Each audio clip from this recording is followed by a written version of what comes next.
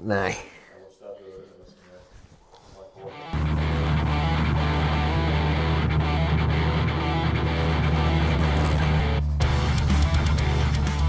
Tässä on nyt tämä eka prototyyppi, mikä oli yllättävän hyvin toimiva versio.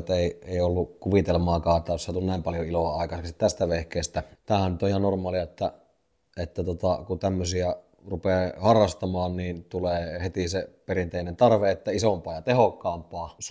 Suunnitteluvaiheessa ollaan vielä sen seuraavan version kanssa ja porukalla mietitty, että nyt ruvetaan sitten tekemään sitä isompaa ja tehokkaampaa. Ja tätä ensimmäistä versiota vähän tutkiskelemassa, että mikä meni vikaan.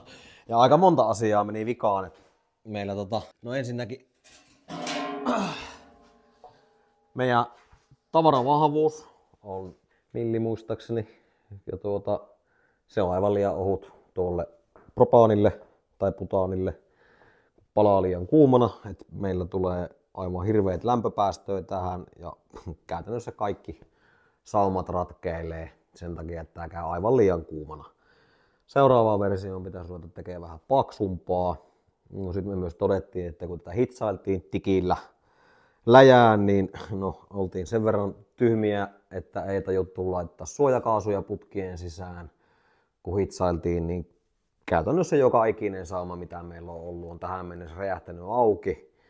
Ja sitten niitä on nyt niin kuin varmaan jossain kohtaa näitä nähtykin pätkiä, että näitä on hitsailtu uudestaan, niin käytännössä kaikki saumat on vetty sit puikolla uudestaan päällä ja oikeastaan niistä kohtaa, mitkä on revennyt. Ne mitä on revennyt niin, ja hitsattu puikolla uudestaan, kun niissä on käytetty kunnon tavaraa ja kunnon suojavehkeitä, niin ne on kestänyt. Tossa kun oltiin vielä viimeksi siellä järven jäällä tekemässä niitä meidän napakelkkatouhuja, niin sehän loppukin sit siihen, että palokammiosaumat räjähti sitten auki. Ja niin kuin tästä näkyykin, niin tää on aivan ympäri asti tästä heti palokammion jälkeen, mistä periaatteessa suurin paine on, niin se on ratkennut tuolta. Ja ajateltiin, että nyt varmaan jossain kohtaa tääkin korjaillaan, mutta ruvetaan käyttää resurssit nyt seuraavaksi siihen, että tehdään vähän kestävämpi ja tehokkaampi versio. Tämä eka versio tehtiin, niin tää oli ihan siis vaan semmonen, että tää ruvettiin piirtelemään ensin ihan vaan ruutupaperille ja mietittiin, että pitäisikö ruveta tekemään jonkunlainen tämmönen. Ja sitten siihen ruvettiin katselemaan vähän mallikuvia ja sitten pienen Excel-laskukaavan kautta sitä skaalattiin vähän isommaksi kuin se, mitä netistä löydettiin valmiit piirustuksia tämmöisille, niin ne oli vielä pikkusen pienempiä. Tätäkin on nyt vähän kasvatettu, että saatiin tehoa lisää. Että alkuperäisen piirustuksien mukaan, jos olisi pantu moottori kasaan, niin todennäköisesti ei olisi tuo meidän mikroauto liikahtanut mihinkään. Seuraavaksi olisikin sitten varmaan vaiheena, että ruvetaan hyppimään tietokoneen ääreen ja ruvetaan pyörittelemään SolidWorksin avulla seuraavaa versiota tästä vehkeestä. Että päästään siihen suunnittelutyöhön ehkä vähän enemmän paneutumaan, että miten tämmöinen suunnitellaan ja rakennetaan. Silloin tosiaan tammi-helmikuussa, kun ruvettiin suunnittelemaan tuota vehettä, niin lähdettiin siitä, että katseltiin netistä. Tässä on Colin Furze piirustukset tuossa ja sitten löytyi nämä Bruce Simpsonin piirustukset ja sitten löytyi vähän on-shapeillä piirrettyjä valmiita 3D-malleja, mutta meillä ei silloin vielä ollut mahiksia piirrellä itse ja mentiin ihan tämmöisellä Excelin muokkauksella siinä, kun kasvateltiin vähän mittoja passaamaan omia ja siellä on sitten kartioiden mittoja ja nuo sitten lähetettiin firmalle ja firma piirteli ne siellä CNC:llä ja leikkeli meille valmiit pellit sitten. Eli haluttiin vähän kehittää tätä hommaa nyt ja toki säästetään vähän rahaakin siinä, kun itse piirretään. Ja nyt siellä on sitten olisi SolidWorks meillä. Ja Elikkä nyt ollaan siinä pisteessä, että ruvetaan suunnittelemaan seuraavaa ja parempaa. Nyt saatiin vihdoin tää SolidWorks, että meidän ei tarvitse itse tehdä kaikkea. Tai siis saadaan tehdä itse kaikki nimenomaan, että ei tarvitse maksaa siitä, että muut tekee meille. Meillä on täällä tää meidän Excel-taulukko, mihin me ollaan skaalattu valmiiksi kaikki tuon moottorin tulevat osat.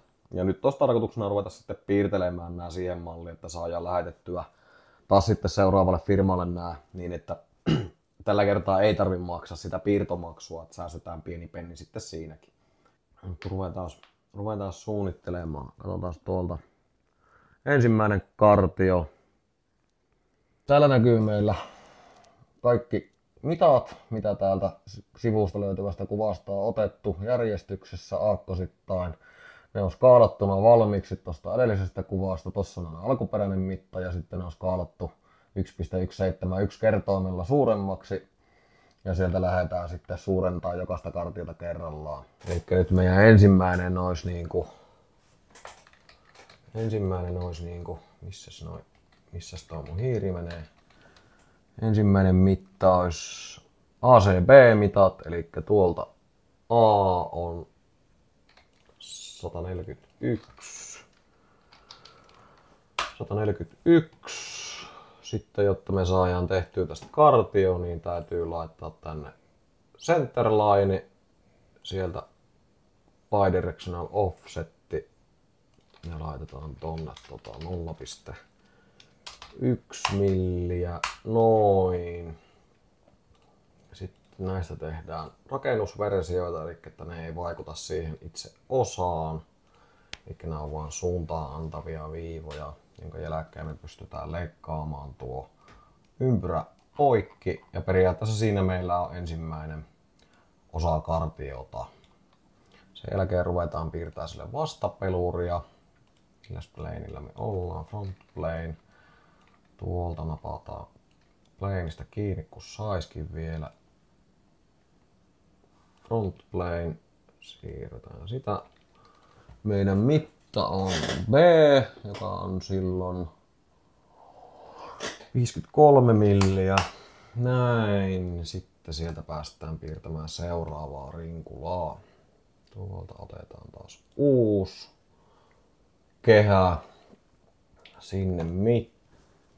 Se on mitta C, eli 103 milliä. Oho, nyt tuli liian paljon numeroita. Näin. Ja sieltä taas samalla lailla centerline. Noin. Missä meillä on tuolla. Sitten pannaan taas mirror entities, ei mirror entities, kun offset entities. Tuolta. Noin. Muokataan taas ei vaikuttavaksi piirustuksiksi. Trimmataan ympyräkehä rikki. Ja näin meillä olisi periaatteessa kartion molemmat päät piirrettynä. Sen jälkeen siirrytäänkin tonne sheet metallin puolelle ja ruvetaan niin sanotusti taivuttelemaan. Eli nyt vielä yksinkertaisesti selitettynä, niin mitta A oli tämä kartion isompi kehä. Mitta C on kartion pienempi kehä ja se mitta B oli sitten tämän kartion väli. Nyt kun me on piirretty nämä ympyrät tänne, niin me pystytään täältä loft bendillä tekemään meille kartio. Valitaan molemmat ringit. Tada, sieltä tuli meidän, tuolta valitaan meidän aineenvahvuus. Oliko se nyt 1,5 milliä? Voitaisiin niitä pari millisestä. 2 millisestä. Tehdään 2 millisestä, niin tulee ainakin vähän kestävämpi. Ei taas sulaa joka lähdössä. Näin. Siinä meillä on ensimmäinen kartio.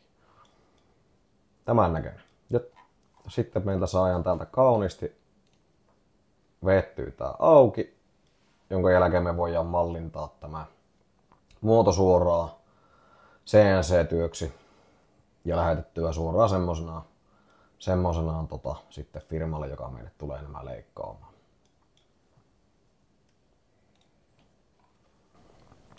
Sitten otetaan tuolta sketsi haltuun. Sitten uusi. Noin.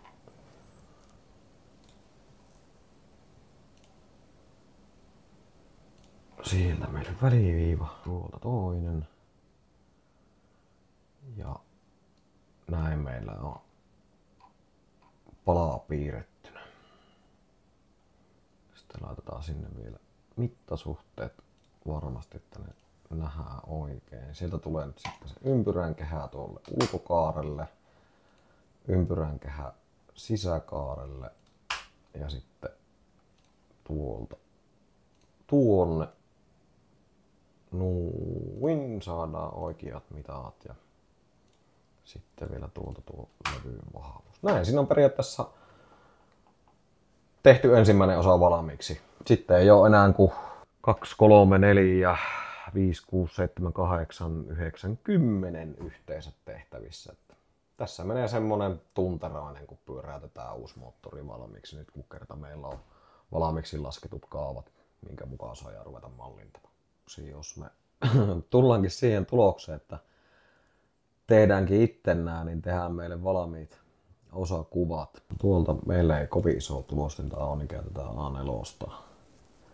Sitten täältä me saadaan valmis osakuvapohja ja tuolta me pystytään vetämään meille mahdolliset erilaiset piirustukset, mitä ikinä tarvitaankaan. Nää saat liikkua keskelle. Skaalataan 2 suhde yhteen. Mahtuuhan meillä nyt nuo mittasuhteet tonne. Sitten vaan lätkitään samalla lailla tänne mitat paikalleen. Tallennetaan kartio tuolta ja osaa kuvaa. Noin. Save all. Ja tuolta ja onkohan mulla tulostimessa musta.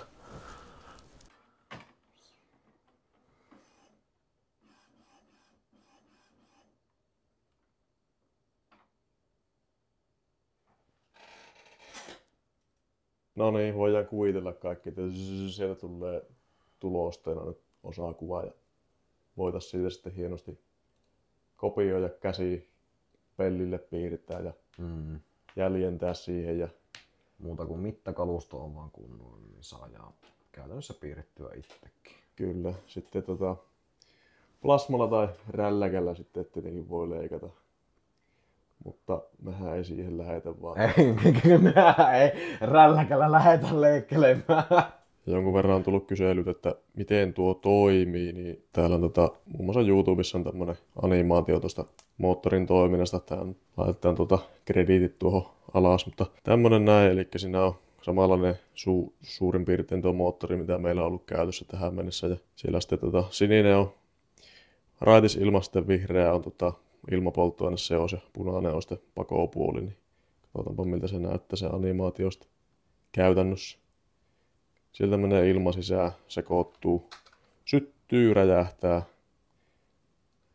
Tapahtuu hyvin nopeasti. Meilläkin varmaan joku pitkästi yli 100 kertaa sekunnissa on se värähtelytaajuus tai resonanssitaajuus siinä. Ja sehän sitten kaikki vaikuttaa muun muassa, että miten pitkä tämä on tämä välimatka täällä. Resonanssitaajuuteen vaikuttaa kappaleen tai putken tai muun pituus. Että ja putken halkaisija ja sitten itse tämän palotilan koko ja imukanavan halkaisijat ja kaikki nämä niinku periaatteessa syöttökulmat, putken kulmat, joka asia vaikuttaa periaatteessa siihen niinku moottorin tehon tuottoon ja sitten se ilman liikkuvuutta. Kyllä. Eli resonanssia, paljon räjähyksiä.